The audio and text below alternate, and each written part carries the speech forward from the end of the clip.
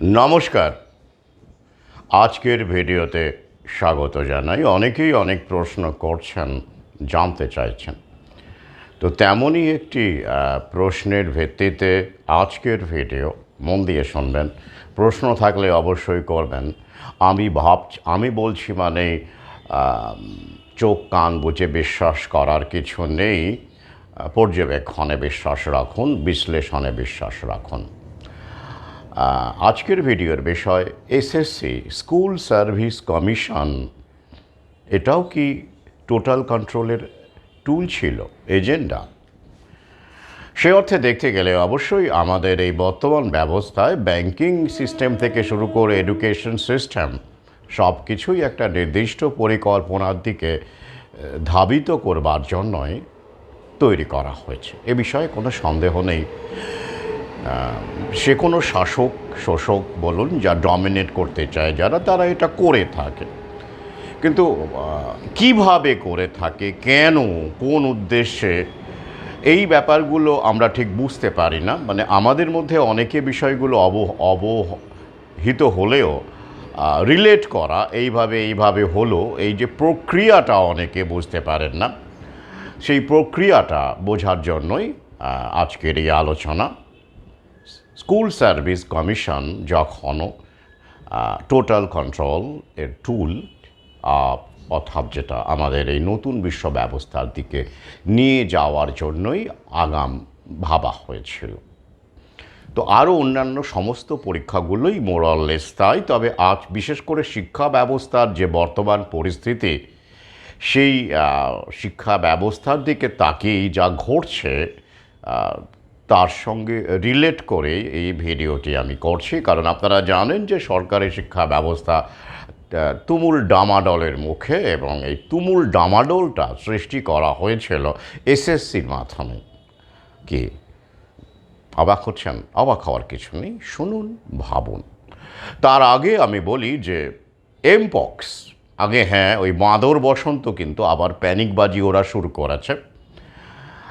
হু এর দ্বারা, মানে দালাল, ফার্মা কোম্পানির দালাল তথা জায়নিস দালাল হুকে দিয়ে বলানোর পরে, মানে এই ইন্টারন্যাশনাল কনসার্ন এরকম একটা ঘোষণা দেওয়ার পরে সঙ্গে সঙ্গে সুইডেনে আমরা বাঁদর বসন্তের উদাহরণ পেয়েছি, নমুনা পেয়েছি, মানে মিডিয়া জানিয়েছে। তারপর পাকিস্তান, ফিলিপাইন্স, পাকিস্তানের পাক অধিকৃত কাশ্মীরেও পাওয়া গেছে। পাকিস্তানের বর্তমান কেস সংখ্যা, মাঙ্কি পক্সের সংখ্যা 4 বলা হচ্ছে। তো বাংলাদেশেও শাহজালাল বিমানবন্দরে সতর্কতা জারি করা হয়েছে। আমাদের দেশেও বর্ডারে সতর্কতা জারি করা হয়েছে। বিমানবন্দরগুলি, সমুদ্র বন্দরগুলিতে সতর্কতা জারি করা হয়েছে। থার্মাল স্ক্যানিং চলছে এবং অনেক খবরও আসছে, ভ্যাকসিনও রেডি। বুঝতেই পারছেন, বহু আগেই বলেছি তো। এবং এমন খবরও আছে, আমি ফেসবুকে শেয়ার করেছি, যে জনগণ আগের মতো ভয় পাচ্ছে না, বা অনেক সরকার এখনও সেরকমভাবে নড়ে চড়ে বসছে না বলে দালাল মিডিয়ার দুঃখ প্রকাশ করেছে যে কি কথা, কেউ ভয় পাচ্ছে না, বার্ড ফ্লুকে গুরুত্ব দিচ্ছে না সেইভাবে, বাদর বসন্ত কেউ গুরুত্ব দিচ্ছে না। কেন এমন হচ্ছে? এটা তো করোনার চাইতেও মারাত্মক আকার নিতে পারে, এই রকম একটা প্রচারও আমরা দেখতে পাচ্ছি। সাবধানে থাকুন, সতর্ক থাকুন, সজাগ থাকুন। ওরা কিন্তু জল মাপছে। ওরা জানে আগের মতো করে দুম করে লকডাউন আর করা যাবে না। মানুষ অনেকটাই সচেতন হয়েছে। শুধুমাত্র সচেতন নয়, রুজি রুটির ব্যাপারেও এখন মানুষ বুঝতে পেরেছে যে লকডাউনে কতটা সর্বনাশ, কার কতটা সর্বনাশ হয়েছে। কেউ কেউ পৃথিবী ছেড়ে চলে গেলেও যারা কোনো রকম করে উঠে দাঁড়িয়েছেন, ধুঁকতে উঠে দাঁড়িয়েছেন, তারা টের পাচ্ছেন এখন যে কী ভুল করেছিলেন ভয় পেয়ে স্টে হোম, স্টে সেভ করে। তো তাই আগের মতো সহজে করা যাবে না, প্রশাসনকে নিয়েই করতে হবে। কিন্তু ওরা জল মেপে নিচ্ছে, দেখতে পাচ্ছে জনগণ কতটা কী রিয়্যাক্ট করছে। সোশ্যাল মিডিয়াতেও ওদের নজর আছে, পথে ঘাটেও ওদের খোঁচর আছে। তাই পথে ঘাটে সোশ্যাল মিডিয়ার সরব থাকুন। এই বাঁদর বসন্ত বা মাঙ্কি পক্স যেভাবেই, বা এম পক্স যে নামেই ডাকুন না কেন, শুধুমাত্র এটা নয়, বার্ড ফ্লু থেকে শুরু করে যে কোনো প্যানিকবাজি রুখে দিন। 500 জন নাকি বাঁদর বসন্তে মারা গেছে, খবর দিচ্ছে ওরা। আর 10 সেকেন্ডে একটি শিশু না খেয়ে মরে।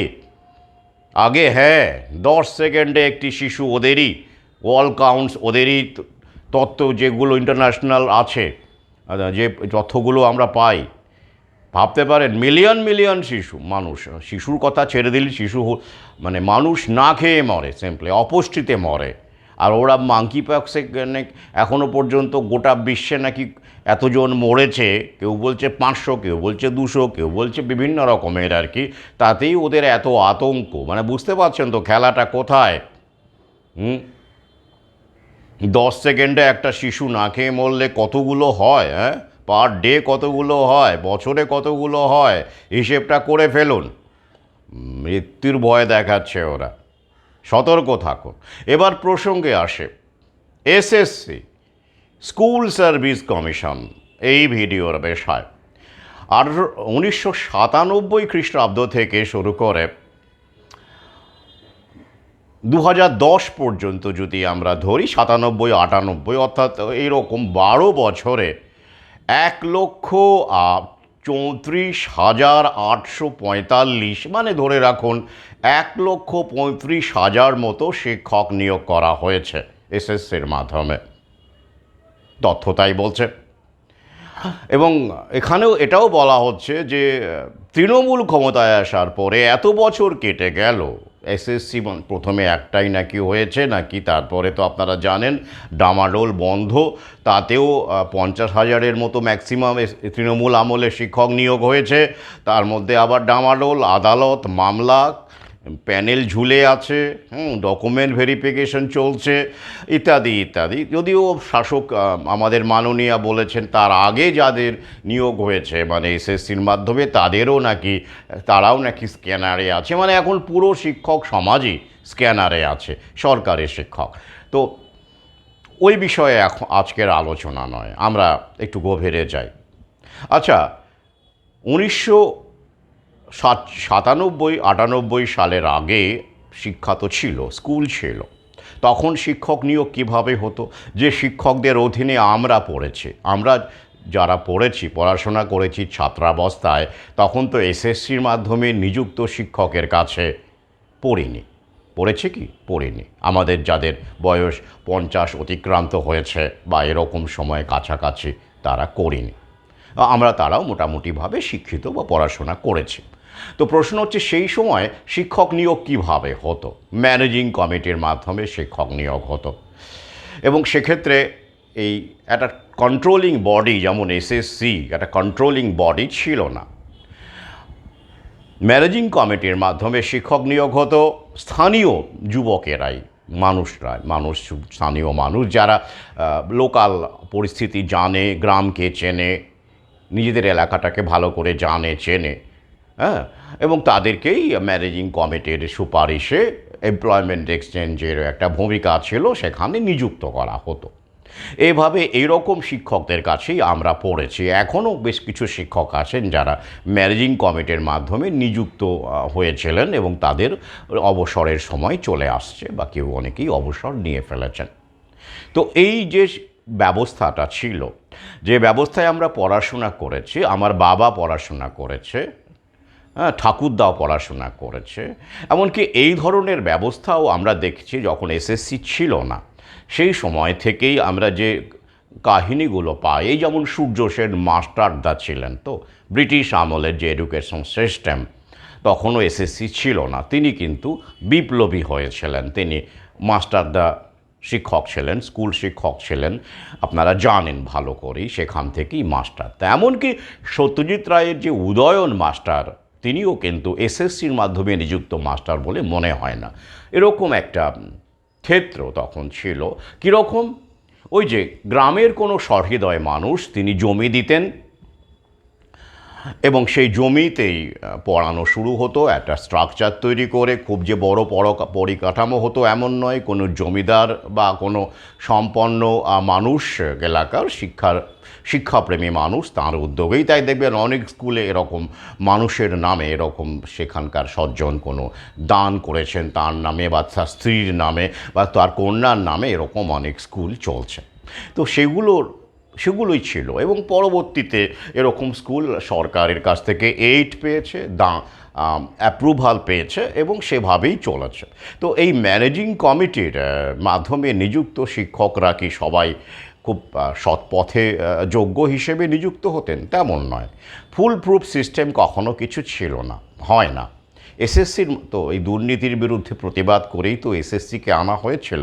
তো এসএসসির মাধ্যমেও যে কত দুর্নীতি হয়, অনেক বেশি দুর্নীতি হয়, সেটা আমরা দেখতে পাচ্ছি তো প্যানেলের পর প্যানেলে দেখতে পাচ্ছি, মিডিয়াই বলছে, আমরা দেখতে পাচ্ছি। তাহলে তখন কি সমস্যা ছিল?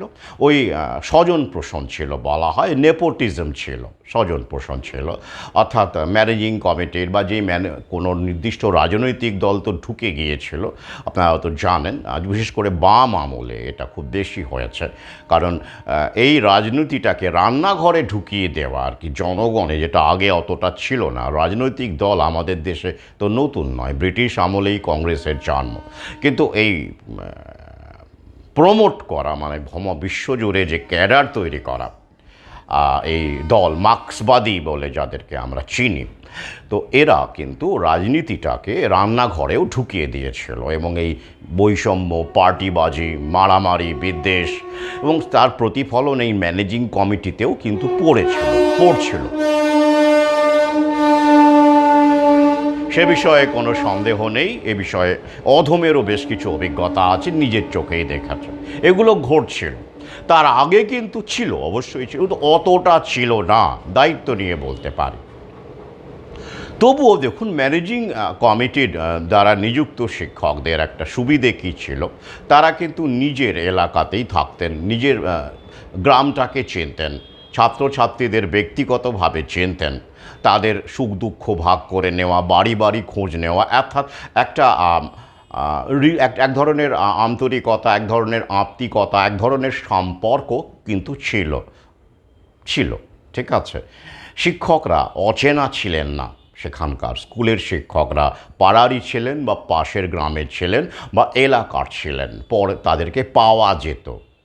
রাস্তাঘাটে ছাত্রছাত্রীদের দেখলে, কিরে পড়াশোনা করছিস না কেন রে, সবসময় খেললে হবে? অর্থাৎ একটা অন্য রকমের সম্পর্ক ছিল, আমি নিজে দেখেছি শিক্ষকদের সেই সময়। এটা ছিল। তাহলে অভিযোগগুলো তো কী ছিল সেই সময়? কি মাইনেটা কম ছিল, তাই তো? সুযোগ সুবিধে কম ছিল। মাস্টারমশাইদের বাড়িতে হাঁড়ি চড়তো না, এরকম বলা হতো। আর কি অবশ্যই ওই সুস্বজন পোষণ দুর্নীতির সময়ও আমরা শুনতে পেতাম, ছিল। বেশ ভালো কথা। তো তখন অনেকেই বললেন যে মাস্টারমশাইদের হাঁড়ি চড়বে না, এমন তো হতে পারে না। অনেকেই বললেন। একমত না হয়ে তো উপায় নেই, অবশ্যই দরকার আছে, হাঁড়ি চড়ার দরকার আছে, ভালো করে থাকা, ভালো পোশাক আশাক পরা, ভালোভাবে জীবনযাপন করার অধিকার শিক্ষক মহাশয়দেরও আছে, সেরকম শোনা গেল। আর কি শোনা গেল? যে দুর্নীতি হয়, স্বজন পোষণ হয়, যোগ্য শিক্ষকদের স্থান দেওয়া হয় না, অনেক সময় রাজনীতি দেখে, আত্মীয় স্বজন দেখে, ইত্যাদি দেখে নিয়োগ করা হয়। হ্যাঁ, সেটা অনস্বীকার্য, এটা ছিল।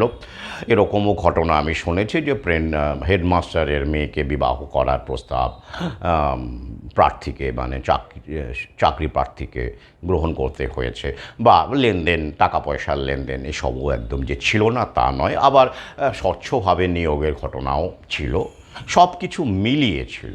কিন্তু সবচেয়ে বড় সমস্যাটা কী ছিল বলুন দেখি?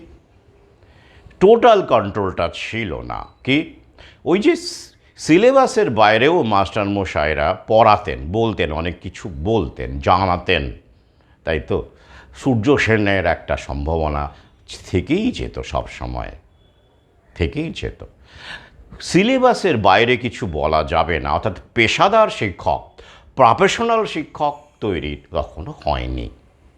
তাই প্রভুরা চাইলেন তাদের রাজনৈতিক দালালদের মাধ্যমে এমন একটা শিক্ষা ব্যবস্থাকে নিয়ে যেতে হবে, ওটা শুরু ছিল আর কি, যে যেখানে টোটাল কন্ট্রোল করা যায়, যেখানে সিলেবাসের বাইরের শিক্ষকরা পড়াবেনই না, এই মানসিকতায় তৈরি করা যায়।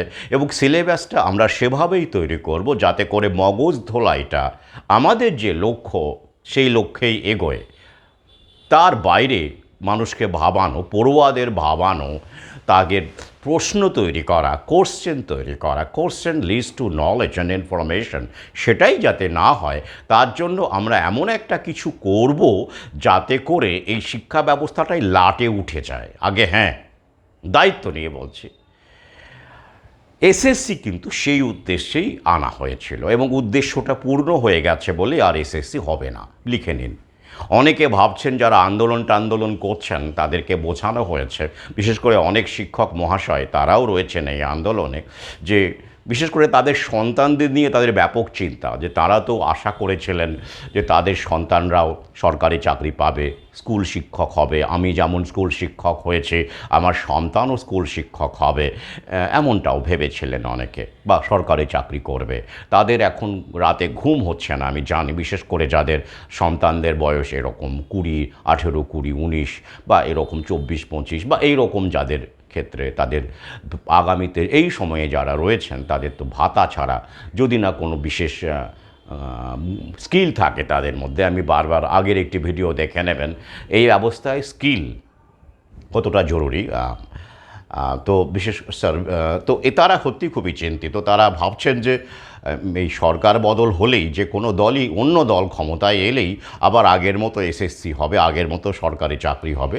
তারা বুঝতে পারছেন না খেলাটা আর হবে না। স্থায়ী চাকরি, সরকারি চাকরি, এসএসসি বলুন আর অন্যান্য চাকরি বলুন, প্রশাসনিক দপ্তরে কিছু পদ ছাড়া হবে না।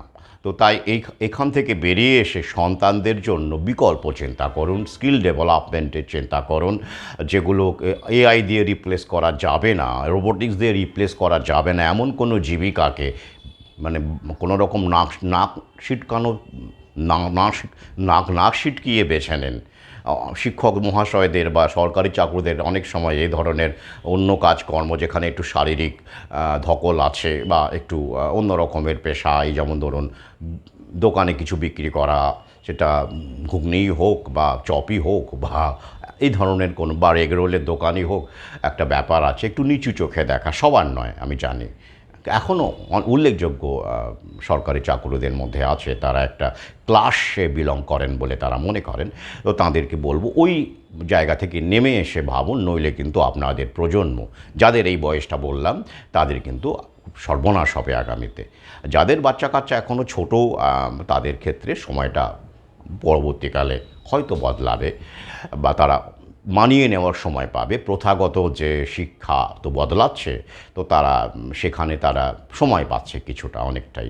কিন্তু যারা বয়স ইতিমধ্যেই 24, 25 এরকম হয়ে গেছে বা 20 পেরিয়ে গেছে, তাদেরকে, মানে যারা এখনও ওই প্রথাগত শিক্ষার মধ্যেই আছেন, ওই বিএ, বিএসসি, এমএ, এমএসসি এরকমভাবে ভাবছেন, তো তারা কিন্তু সতর্ক হন, নইলে কিন্তু সমস্যা। যাই হোক, এবার প্রসঙ্গে আসি।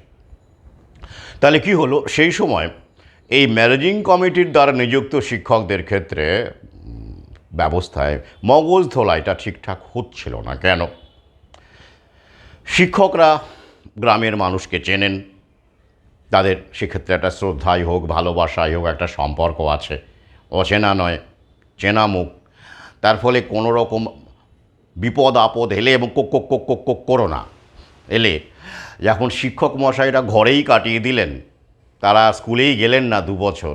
এবার ভাবুন, ম্যানেজিং কমিটির দ্বারা যদি নিযুক্ত শিক্ষক হতেন, সবাই যদি আগের মতোই চলতো, তাহলে সেই শিক্ষক স্কুলে না গেলেও তো গ্রামের লোককে পেতেন, তাকে দেখা তো হতো না। তাদের মধ্যে যদি অন্তত 10% ব্যাপারটা ধরে ফেলতেন, তাহলে বলতেন এই ভয়টায় পাস না, এটা কিন্তু একটা প্রচার, আতঙ্কিত হোস না, শিক্ষকের দায়িত্ব পালন করতে পারতেন তারা, তাই না? কিন্তু তারা তো পারলেনই না। তারা তো সেখানকার লোকই নন, তারা তো দূরে, বিভিন্ন দূর থেকে তারা নিযুক্ত হয়েছেন, তারা সেখানে থাকেন না, তাই তো? আমি একটা ছোট্ট উদাহরণ দিলাম। পাশাপাশি কি হলো, ম্যানেজিং কমিটি এবং যার জমি, যার স্কুল, যিনি জমি দিয়েছেন, তারও একটা মতামত থাকে এক্ষেত্রে। ম্যানেজিং কমিটিরও একটা মতামত থাকে শিক্ষকদের নিয়ন্ত্রণের ক্ষেত্রে, কি ছুটি পাবে না পাবে, এগুলোর একটা বড় ভূমিকা সেই সময় ছিল, তাই তো? তাই ব্রেন ওয়াশ সেন্ট্রালি করা যাচ্ছিল না, কেন্দ্রীয়ভাবে সিলেবাসের মাধ্যমে সমস্ত কিছু কন্ট্রোল করা যাচ্ছিল না। তাই ওরা ঠিক করলো যে এমন একটা সিস্টেম আনতে হবে যাতে করে পুরো রাশটা, কন্ট্রোলটা এই রাজনৈতিক দল তথা শাসক শ্রেণীর হাতে থাকে। শাসক শ্রেণী মানে তো কোনো একটা রাজনৈতিক দলেরই শাসন, তাই তো, যেমন 34 বছরের বাম শাসন ছিল, তাদের হাতেই থাকবে এবং কন্ট্রোলড হবে কিভাবে, যাতে করে আগামীতে যে মানে এই যে করোনা এলো, ভাবুন দেখি এসএসসির মাধ্যমে মগজ ধোলায় শিক্ষক তৈরি না হলে করোনা কি গ্রামে গঞ্জে এত সফল হতো? সর্বত্র হতো না। ওটা ক্ষেত্র তৈরি করা ছিল। এতে করে কি সুবিধে হলো বলুন তো? এসএসসির মাধ্যমে প্রথমত আগে যেমন ম্যানেজিং কমিটির মাধ্যমে যে শিক্ষক নিয়োগ হতো সেগুলোর টোটাল ডেটা থাকতো না, বিচ্ছিন্নভাবে ছিল, প্যানেলের ব্যাপার ছিল না। এখানে একসাথে হাজার হাজার প্যানেল তৈরি করা গেল এসএসসির মাধ্যমে। আর শিক্ষক নিয়োগটা যে খুব যোগ্যতার মাধ্যমে হয়েছে, দারুণ দারুণ যোগ্য সবাই হয়েছেন শিক্ষাগত যোগ্যতার দিক থেকে বলতে গেলে, আমিও সেটা একমত নই। কারণ আমি এসএসসি শিক্ষকদেরকে নিজে পড়িয়েছি, ইংরেজি পড়াতাম, আমার প্রতিষ্ঠান থেকে প্রচুর মানে শিক্ষকতার চাকরি করছেন বিভিন্ন জায়গায়। তো এখানে ওরা ইচ্ছে করে প্লাস নারীদের প্রচুর নিয়োগ করা হলো, যেটা আগে এমন কোনো সরকারি চাকরিতে এত নারী, যেটা জেন্ডার ইকুয়ালিটি বা জেন্ডার জাস্টিস অবশ্যই করা উচিত, সেটাও করা হলো। আমি কিন্তু বাস্তবতাটা তুলে ধরছি, করা হলো। এবং সেক্ষেত্রে কী হলো বলুন তো? একটা সামান্য সরকারি চাকরির যে গ্রুপ ডি, তাতে যে পরিশ্রম হয় চাকরি পেতে গেলে, বা পিএসসি ক্লার্কশিপ সে সময় যেটা হতো, রেগুলারই হতো, তো তার চাইতে অনেক কম পরিশ্রমে শিক্ষক হওয়া গেল। হ্যাঁ, কিছু করার নেই। কী বলছেন, যোগ্যতা দিয়ে শিক্ষক হয়েছেন? অবশ্যই অবশ্যই। তো এই শিক্ষাগত যোগ্যতা কি এখনকার যুবক যুবতীদের নেই? তাদের হচ্ছে কেন? এই জন্য অনেকেই যারা বলেন আমরা যোগ্য বলে শিক্ষক হয়েছে, তাদেরকে সবিনয়ে বলি, আপনি যোগ্য বলে শুধু কেবল যোগ্য হয়ে বলেই শিক্ষক হননি, ভ্যাকেন্সি ছিল বলে শিক্ষক হয়েছেন। তো আপনার চাইতেও বেশি যোগ্যতার যুবক যুবতী এখন ধর্ণা মঞ্চে বসে আছে, মানে এডুকেশনাল কোয়ালিফিকেশনের কথা বলছি, নাম্বারের কথা বলছি। তো তাদের কেন হচ্ছে না? যোগ্যতা কি তাদের নেই? কেন হচ্ছে না? The answer is very simple, no vacancy. তাহলে ভ্যাকান্সি কারা ক্রিয়েট করে? বুদ্ধদেব বাবু ক্রিয়েট করেছিলেন? না না না, আন্তর্জাতিকভাবে ক্রিয়েট হয়। আমাদের দেশের সমস্ত পলিসি, আর্থসামাজিক পলিসি ব্যাংকিং ব্যবস্থার দ্বারা নিয়ন্ত্রিত। আর এই ব্যাংকিং ব্যবস্থার নিয়ন্ত্রণে জায়নির শক্তি। ওরা কেন এটা করেছিল? ওটা না এলে কিন্তু এটা আমাদের রাজ্যে, আমাদের দেশে, এটা সমস্ত দেশেই এরকম সিস্টেম করা হয়েছে। করোনা আসতো এলে সফল হতো না, তাই তো, হতো না। মিলিয়ে নেবেন আমার কথা, ভাবলেই বুঝতে পারবেন। এইবার কি হলো, সাবজেক্টের মধ্যেই প্রতিযোগিতা, অর্থাৎ ইংরেজির সঙ্গে বাংলার প্রতিযোগিতা নেই, কত সুবিধে। প্লাস জোন ওয়াইজ, আমি পরের দিকে কী হয়, প্রথম দিকে যে দেখেছি সেটাই বলছি, জোন ওয়াইজ এই জোনের সঙ্গে ওই জোনের প্রতিযোগিতা নেই। প্লাস ফিমেল যদি হয় ফিমেল, তাহলে তো মেলের সঙ্গে প্রতিযোগিতা নেই। গার্লস স্কুল হলে তো কোনো সমস্যাই নেই, সেখানে শুধু নারীরাই মানে সেখানে চাকরি করতে পারবে, পড়াতে পারবে, তাই তো। এইভাবে অনেক সুবিধে হয়ে গেল, যেটা আপনি পিএসসি ক্লার্কশিপের মধ্যে যখন আপনি কম্পিটিশনে যাচ্ছেন, আপনাকে সবার সঙ্গেই কম্পিট করতে হচ্ছে কম বেশি।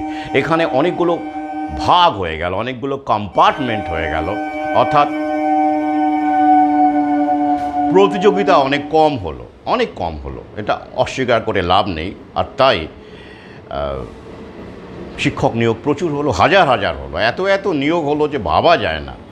তখনই অনেকেরই আমার তো সন্দেহ হয়েছিল, সবার তো আর হয় না, কারণ যারা সুযোগ সুবিধে পায় তারা তো ভাবছেন এত বড় বড় মাইনে, এত ভালো পাচ্ছি, বেশ ভালো কথা হলো। তারপরে কি হলো বলুন দেখি? তারপরে আস্তে আস্তে শিক্ষকদের যে মানসিকতাটা ছিল আগে, সিংহভাগের যেটা ছিল, পড়াতে এসেছি, মন দিয়ে পড়াবো, আদর্শ, সিম্পল লিভিং, হাই থিঙ্কিং, তাই তো, হাঁড়ি না চললেও মননটা ছিল। আমি তো এরকম শিক্ষকের কাছেই পড়েছি, তাদের আমি শ্রদ্ধা করি। আমি একটি বই এমন এক শিক্ষককেই ডেডিকেট করেছি, উৎসর্গ করেছি, একটি কবিতার বই। তো আমার লেখালেখির ক্ষেত্রে তার একটা বড় অবদান আছে, অনুপ্রেরণার ক্ষেত্রে। তো যাই হোক, তো এই শিক্ষকরা তখন ছিলেন, তো সংখ্যাটা অনেক বেশি ছিল আমার পর্যবেক্ষণে। তারপরে কি হলো, মাইনে বাড়ানো হলো, ধারাবাহিকভাবে মাইনে বাড়তে বাড়তে এমন হলো শিক্ষকদের পুরোটাই ডিএ থেকে শুরু করে অন্যান্য বিষয়ের মধ্যে শিক্ষকরা আটকে গেলেন। আমি বলছি না যে অর্থ বেশি মানে বাড়লে সেবা করার মানসিকতা থাকে না তা বলছি না, কিন্তু সিংহভাগেরই থাকে না, এটা বাস্তব। মনস্তত্ত্বকে যদি স্টাডি করেন, ইতিহাস যদি স্টাডি করেন, দেখবেন ব্যাপারটা বাস্তব। তাই অর্থের প্রলোভনের মধ্যে যদি ঢুকিয়ে দেওয়া যায়, আরও চাই এই মানসিকতার মধ্যে যদি ঢুকিয়ে দেওয়া যায়, তাহলে শিক্ষক সমাজ কি হোম লোন, এডুকেশনাল লোন, অমুক লোন, তমুক লোন করে এমন একটা চক্রব্যূহের মধ্যে আটকে গেলেন, সেখানে আদর্শ পড়াশোনাটাই গৌণ হয়ে গেল। তাদেরকে সুচতুরভাবে একটা ফাঁদের মধ্যে ফেলে দেওয়া হলো। তো এই ফাঁদের মধ্যে পড়ে যাওয়ার ফলে আগেকার শিক্ষকেরা যারা ম্যানেজিং কমিটির মাধ্যমে নিযুক্ত হতেন, তাদের মাইনেটাও কম ছিল, তারা এই ফাঁদেও পড়ার কোনো সুযোগ ছিল না, তাদের সন্তানদের বাংলা মিডিয়ামেই পড়াতেন। তার ফলে লক্ষ হাজার হাজার শিক্ষকের সন্তান এই বাংলা মিডিয়ামেই পড়তেন, সরকারি স্কুলেই পড়তেন, ছাত্রছাত্রীর অসুবিধে ছিল না। এবার দেখুন, এই যে 1,35,000 শিক্ষক যারা নিযুক্ত হয়েছেন এসএসসির মাধ্যমে, আপনি সার্ভে করে দেখুন তাদের সন্তান সন্ততি 12 বছর বিটে গেছে, ওই সময়টার কথা বলছি, কোন স্কুলে পড়ে, কীরকম স্কুলে পড়ে। অর্থাৎ একদিকে যেমন প্রলোভনকে প্রমোট করা গেল, পেশাদার বানিয়ে, প্রফেশনাল বানিয়ে, তেমন করে ওই সরকারি স্কুল থেকে এই যে এত সংখ্যক শিক্ষক, তাদের 90% সন্তান, আমি 10% ছেড়ে দিলাম, সন্তানকে কিন্তু বেসরকারি স্কুলের দিকে নিয়ে যাওয়া গেল।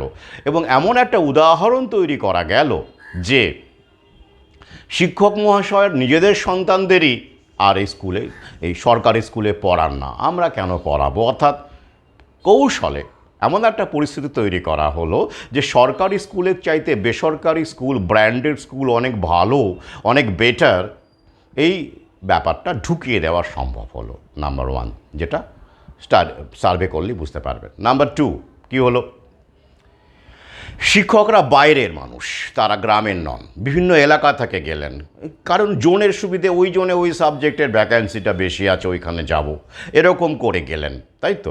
কী হলো, তারা ওই বিচ্ছিন্ন হয়ে গেলেন সেখানকার মানুষের তাই তারা বাইরের মানুষ হয়ে গেলেন। স্থানীয় সুযোগ সুবিধে, স্থানীয় মানুষের সঙ্গে যোগ থাকলো না। ভাষা, কথাবার্তার ভঙ্গিই বলুন, স্থানীয় সমস্যাই বলুন, সে ব্যাপারে তারা ওয়াকিবহল থাকলো না। তাদের এখন তারপরে চিন্তা শুরু হলো, কবে ট্রান্সফার হয়ে নিজের জায়গায় যাব, চাকরিটা তো বাগিয়ে নিয়েছি, এবার তারপরে ট্রান্সফার, তাই তো। এইটাই খেলাটাকে নিয়ে শুরু হয়ে গেল উচ্চশ্রী, যেটা সম্ভব হতো না। কিন্তু যদি এই এসএসসি না হতো, তাহলে উচ্চশ্রীর গল্পটা আসতো না। স্কুল ফাঁকা হয়ে গেল, রাশি স্কুল গ্রামের দিকে ফাঁকা হয়ে গেল। সব টিচাররা, হঠাৎ করে দেখা গেল উৎস মানে হলো সব শহর, সুযোগ সুবিধে, তাই তো। তার ফলে কি হলো, এইভাবে অর্থনৈতিক সুযোগ সুবিধে দিয়ে ছুটি ছাটাও আছে, যেটা আগে কল্পনা করা যেত না। অর্থনৈতিক সুযোগ সুবিধে বাড়িয়ে দিয়ে, মাইনে সুযোগ সুবিধে বাড়িয়ে দিয়ে শিক্ষকদের প্রফেশনাল বানিয়ে দেওয়া গেল। সমস্যা হলো কি, শিক্ষাটা আপনি কর্পোরেটে চাকরি করুন, আপনি প্রফেশনাল হন, সেখানটা বিষয়টা ভিন্ন। প্রফেশনাল কথাটা কিন্তু সেখানে গালিগালাজ নয়, কিন্তু যখন মানব সেবার বিষয় আসবে, হিউম্যান রিসোর্স ডেভেলপমেন্টের বিষয় আসবে, গরিব বাচ্চা কাচ্চাদের পড়ানোর বিষয় আসবে, পিছিয়ে পড়া বাচ্চা কাচ্চা, ব্র্যান্ডের বড়লোকের বাচ্চা কাচ্চা নয়, পিছিয়ে পড়ানোর ব্যাপার আসবে, তখন একটু বাড়তি এফোর্ট দিতে হয়, একটু বেশি ভাবতে হয়, একটু আত্মত্যাগ করতে হয়। সেই মানসিকতা প্রফেশনালিজম থেকে আসে না, সেটা সার্ভিস থেকে আসে। সার্ভিস মানে ওই অমুকের সার্ভিস নয়, কিন্তু সার্ভিস কথাটা বর্তমানে কমার্শিয়ালি ব্যবহার হচ্ছে, সার্ভিস সেক্টর। কিন্তু সার্ভিস মানে আপনি গভীরে গিয়ে বুঝুন, বিবেকানন্দের সার্ভিস, রামকৃষ্ণের সার্ভিস, নিবেদিতার সার্ভিস, এই সার্ভিসটাকে আমি বলতে চাইছি। তো সেটা থাকে না, একদম ব্যতিক্রম থাকতেই পারেন, আমি নর্মের কথা, জেনারেল ব্যাপারের কথা বলছি। তাহলে শিক্ষকদের প্রফেশনাল বানিয়ে দেওয়া হলো, কর্মী বানিয়ে দেওয়া হলো, পেশাদার বানিয়ে দেওয়া হলো, এবং শিক্ষা ব্যবস্থার পেরেক ঠোকা শুরু হলো তখন থেকেই, যেটা এই দিকেই যাওয়ার কথা ছিল এবং যাচ্ছে।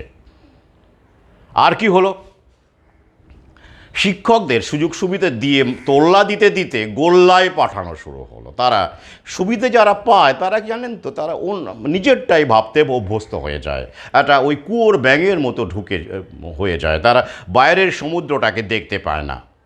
তারা মনে করে আমরা যোগ্য বলেই আমরা এত সুবিধে পাচ্ছি, কিন্তু আসলে যে গোল্লায় পাঠানোর জন্য তোল্লা দেওয়া হচ্ছে সেটা শিক্ষকরা কেন, সম্প্রদায়ও বোঝে না, হিন্দুও বোঝে না, মুসলিমও বোঝে না। আমি তো পাচ্ছি, কিন্তু কেন পাচ্ছি, কী উদ্দেশ্যে পাচ্ছি, এতে করে কাদের সর্বনাশ হচ্ছে, আমার আগামীতে কি ঘটবে, আমার প্রজন্মর ক্ষেত্রে কি ঘটবে, অতদূর কি আমরা ভাবতে পারি না। তাহলে কি দাঁড়ালো এটাই, ছুটি ছাটা বাড়ানো হলো। চাইল্ড কেয়ার লিভ 1972 সালের কেন্দ্রীয় সরকারের, এটা কিন্তু সরকারি কর্মচারী প্ল্যান করে করা হয়েছে, গভীরে গেলেই বুঝবেন। কোনো ছুটির চাইল্ড কেয়ার লিভের কোনো প্রভিশন ছিল না 1972 সালের যে ছুটির তালিকা ছিল কেন্দ্রীয় সরকারের। সেটা কবে হলো? 2008 সালে চাইল্ড কেয়ার লিভ, হ্যাঁ আদালতও তাতে আছে, আদালতের ভূমিকা তো আপনারা খুব, এখন যারা ডিএ পাচ্ছেন না তারা গালিগালাজ করেন, কিন্তু আবার আপনাদের জন্য আদালত কিন্তু চাইল্ড কেয়ার লিভের কথা বলেছে। এই যে এখন আবার পুরুষদের, মানে সিঙ্গল যারা ফাদার, তাদের জন্য একই রকম 730 দিন, ভাবতে পারেন 2 বছর ছুটি, সবেতন ছুটি শুরু হয়ে গেল। সবেতন ছুটি 730 দিন প্রথমে শুরু হলো মহিলাদের জন্য। ভাবতে পারেন এতে করে কি হলো? অবশ্যই সন্তান লালন পালন করবেন নারীরা, তাদেরকে তো অগ্রাধিকার দেওয়া উচিত। এই কারণে ফিমেল টিচারদের ক্ষেত্রে, এবং শুধু টিচার নয়, সরকারি কর্মচারী, কেন্দ্রীয় সরকার এবং রাজ্য সরকারি কর্মচারীদেরকে দেওয়া হলো, বেশ ভালো কথা। তার আগে কি মারা সন্তান পালন করতেন না? করতেন তো। তার আগে কি নারীরা কেউ চাকরি করেননি, সরকারি চাকরি পাননি? পেয়েছেন তো। তখন কিন্তু তারা চালিয়ে নিয়েছেন, তাই তো, চালিয়ে নিয়েছেন। জয়েন্ট ফ্যামিলি ছিল বা যে কোনোভাবে ছুটি তো ছিল না, কিন্তু যেই ছুটিটা পাওয়া গেল না, প্রয়োজনে ছাড়াও অপ্রয়োজনে ছুটি নিতে শুরু করলেন শিক্ষক মহাশয়েরা, মানে সরকারি কর্মচারীরা। ফল কি হলো? পড়াশোনাটা সব কিছু হলো, অধিকার হলো, জেন্ডার জাস্টিস হলো, সাম্য হলো, নারী অধিকার হলো, নারী স্বাধীনতা হলো, সব হলো, কিন্তু পড়াশোনাটা মার খেলো আবার নতুন করে। 2 বছর not a matter of joke. সেই স্কুলে অবশ্য ডেপুটেশন ভ্যাকেন্সিতে কেউ ঢুকলেন, কিন্তু সেখানে তারা আবার কি, আমাকে তো চলেই যেতে হবে, আমি আর কি এই এসছি টাকা দেওয়ার জন্য। আর সব স্কুলে ডেপুটেশন ভ্যাকেন্সি ক্রিয়েটও করা হতো না, সমস্যা ছিল, অনেক প্রবলেম ছিল। তো তার ফলে এই ছুটি ছাটা দিয়ে কিন্তু আরেকটা ইচ্ছে করে এখন আবার সরকারি ব্যবস্থাকে লাটে তোলার পরিকল্পনা করা হলো। এখন আবার এই মেল সিঙ্গল টিচারদের দেওয়া হবে। কি সংবিধানের কথা বলছেন, অধিকারের কথা বলছেন, ঠিক আছে মানছি, অবশ্যই অধিকার, সংবিধান, কিন্তু সরকারি ব্যবস্থাকে লাটে তোলার জন্যই তো এটা করা হয়েছিল, অস্বীকার করতে পারেন? গভীরে গেলেই বুঝবেন। কারণ কি, এই যে চাইল্ড কেয়ার লিভ, প্রাইভেট সেক্টরে খোঁজ নিন তো এরকম দেয় কি না। তারা কি দেশের বাইরে 730 দিন ছুটি দেয়, সবেতন ছুটি দেয়? খোঁজ নিয়ে দেখুন দেখি। 2টো সন্তান পর্যন্ত। আসুন আমি একটাই শুধু বলি, তাহলে বুঝবেন। সবচেয়ে মানবিক কর্পোরেট সেক্টর, প্রাইভেট সেক্টর, যাকে আপনারা বলেন টাটা, TCS, সেখানে কি ছবিটা কি? তারা কি সবেতন 730 দিন ছুটি দেয়? দেয় না। কি দেয়? উইদাউট পেমেন্ট, মানে মাইনে ছাড়া। সবেতন ছুটি নয়, অবেতন ছুটি নিন আপনি, কোনো সমস্যা নেই। 2টো সন্তান হলে 545 দিন পর্যন্ত, আর একটি হলে 365 দিন, অর্থাৎ মানে সর্বোচ্চ 545 দিন আর 365 দিন ভাগ করে নেওয়া যায় স্ল্যাবে। এটা এক্ষেত্রেও তাই, সরকারি যারা চাকরি তারাও সেক্ষেত্রেও তাই, কিন্তু বেতন দেবে না। কীরকম ব্যাপার বলুন দেখি? তাহলে কি দাঁড়ালো বলুন দেখি? যদি বেতন না দেন, সবেতন না হয়, কজন নারী ওই ছুটিটা নেবে? তারা ওর মধ্যেই চালিয়ে নেবেন কোনোভাবে। বাপরে, বেতনটাই তো দেবে না। আর যখন আপনি সবেতন ছুটিটা পাচ্ছেন, তখন আপনার প্রয়োজন না হলেও আপনি ছুটিটা নেবেন। ছুটি তো বাপরে। তারপর আবার 2 বছর মার্জনা করবেন। ওই যে যখন ছিল করোনা, প্রাণ আগে না শিক্ষা আগে, ওরে বাপরে, ঘরে বসে মাইনে। ব্যতিক্রম শিক্ষকদের সম্মান জানাই। আমিও একটা শব্দ বানিয়ে ফেললাম, ঘবমা। ঘরে বসে মাইনে, কি মজা কি মজা, প্রাণ আগে না শিক্ষা আগে। তখন এই যে একটা মানসিকতা তৈরি হয়ে গেল, পেতে পেতে পেতে পেতে অধিকার অধিকার অধিকার, যেটা ওরা প্রভুরা, জায়োরিস প্রভুরা তাদের দালাল সরকারের মাধ্যমে ঢুকিয়ে দিল, তাতে করে কি হলো, কর্তব্যটাই শিক্ষকেরা ভুলে গেলেন, পেশাদার হয়ে গেলেন। আর পেশাদার মানেই আমরা যা বুঝলাম, যেটা বুঝি, top to bottom mechanical, selfish, আদর্শের কোনো গল্প নেই, যতটুকু পড়ানো, যতটুকু সিলেবাস ততটুকুই পড়াবো, তার বাইরে কোনো কথা বলবো না।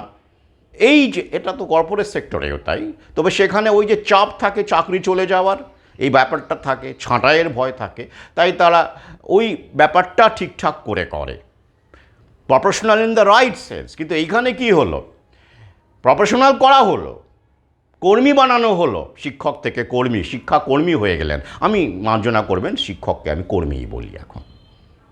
করোনার কালে আমি সেই অভিজ্ঞতা আরও বেশি প্রকট হয়েছে। কারণ কি হলো, তাতে ওই সিলেবাসটাই পড়িয়ে পড়িয়ে টোটাল কন্ট্রোলের টুল হয়ে, তারপরে কি হলো, এবার দেখুন এসএসসি যা দুর্নীতি দূর করার জন্য আনা হয়েছিল, এসএসসিকে ম্যানেজিং কমিটির দুর্নীতি দূর করার জন্য, সেই এসএসসি কত দুর্নীতি করলো, কি হলো তাহলে? আর দরকার নেই তো তাই। আর আর এই কারণেই এসএসসি আনা হয়েছিল। আর ম্যানেজিং কমিটির আমলে মতো করে যদি নিয়োগ হতো, তাহলে এই হাজার হাজার শিক্ষকের প্যানেল একবারে ক্যান্সেল করা যেত না, টোটাল কন্ট্রোল করা যেত না, ইম্পসিবল ছিল। উচ্চশ্রী করা যেত, উচ্চশ্রী করে ডামাডোল করা যেত না। ভাবুন তাহলে আগেও শিক্ষক নিয়োগ হয়েছে প্যানেলের মাধ্যমে, হাজার হাজারের প্যানেল তৈরি করা হয়নি। তাই আদালত দিয়ে প্যানেল ক্যান্সেল করার সম্ভব হতো না, কিন্তু এই ক্ষেত্রে সম্ভব হচ্ছে। আদালতকে লেলিয়ে দেওয়া যাচ্ছে, আদালতকে কাজে লাগানো যাচ্ছে, এসএসসিকে কাজে লাগানো যাচ্ছে, সমস্ত কিছু করে নিয়োগটাও বন্ধ করে দেওয়া যাচ্ছে। কিন্তু আগে যখন ম্যানেজিং কমিটি নিয়োগ করত, সেই সময় কি নিয়োগ বন্ধ করা যেত? এইভাবে যেত না। এবার নিয়োগটাই বন্ধ। কারণ এসএসসিকে যে উদ্দেশ্যে ওরা এনেছিল, যাতে করে গ্রামে গঞ্জে সর্বত্র, আমাদের দেশেও এরকম শিক্ষক নিয়োগের কর্মসূচি হয়েছিল একই সময় কম বেশি, সেখানে কিন্তু প্যানিকটা বিস্তার করা যেত না। কারণ ওই শিক্ষাটাকে প্রফেশনাল শিক্ষকদের মাধ্যমে গভীরতাহীন শিক্ষকদের নিয়োগ করে, মার্জনা করবেন ব্যতিক্রম আছে কিছু, নিয়োগ করে জনগণকে, পড়ুয়াদের, ছাত্রছাত্রীদেরকে অগভীর বানানো হয়েছিল। তো এখন তো আর দরকার নেই, ওরা ডিজিটালি এখন মানুষকে অগভীর অলরেডি করেই ফেলেছে, প্লাস ভৌ গুঁজে দিয়েছে, মাইন্ড কন্ট্রোল ইতিমধ্যেই চলছে। তাই শিক্ষকদের এত মাইনে দিয়ে আর মগজ ধোলাইয়ের দরকার নেই বলে ওরা এসএসসিকে এবার বিষ বাও জলে ঢুকিয়ে দিয়েছে, বেনো জলে ভাসিয়ে দিয়েছে। আর আগের মতো করে শিক্ষক নিয়োগ হবে না, স্থায়ী পদে শিক্ষক নিয়োগ হবে না, বহুবার বলেছি। আশা করি এবার আপনারা বুঝতে পারলেন। আমি কয়েকটা পয়েন্ট বললাম মাত্র, যে এসএসসিকে কিভাবে টোটাল কন্ট্রোলের কাজে লাগানো হয়েছে, কিভাবে শিক্ষককে পেশাদারে পরিণত করা হয়েছে, সেবা থেকে, সার্ভিস থেকে দূরে সরিয়ে এনে টপ টু বটম প্রফেশনালিজম, তাও কর্পোরেট সেক্টরে প্রফেশনালিজম নয়, সেখানে একটা টার্গেট থাকে, সেখানেও একটা চাপ থাকে, প্রেশার থাকে। কিন্তু এক্ষেত্রে কিছুই ছিল না, শুধু স্বার্থ পূরণ, যা আসি যাই, মাইনে পাই, আর ছুটি, আর ডিএ, আর অমুক আর তমুক। আবার বলছি, ব্যতিক্রমী শিক্ষক মহাশয়দেরকে আমি সম্মান করি, তারা আমার অনেকেই পরিচিত আছেন, তারা এই ব্যবস্থার মধ্যেও তাদের কাজ করেছেন, আগামীতেও করবেন, এই বিশ্বাস রাখি। আজ এই পর্যন্তই। দ্বিমত হলে অবশ্যই মন্তব্য করে জানান। ভালো থাকবেন।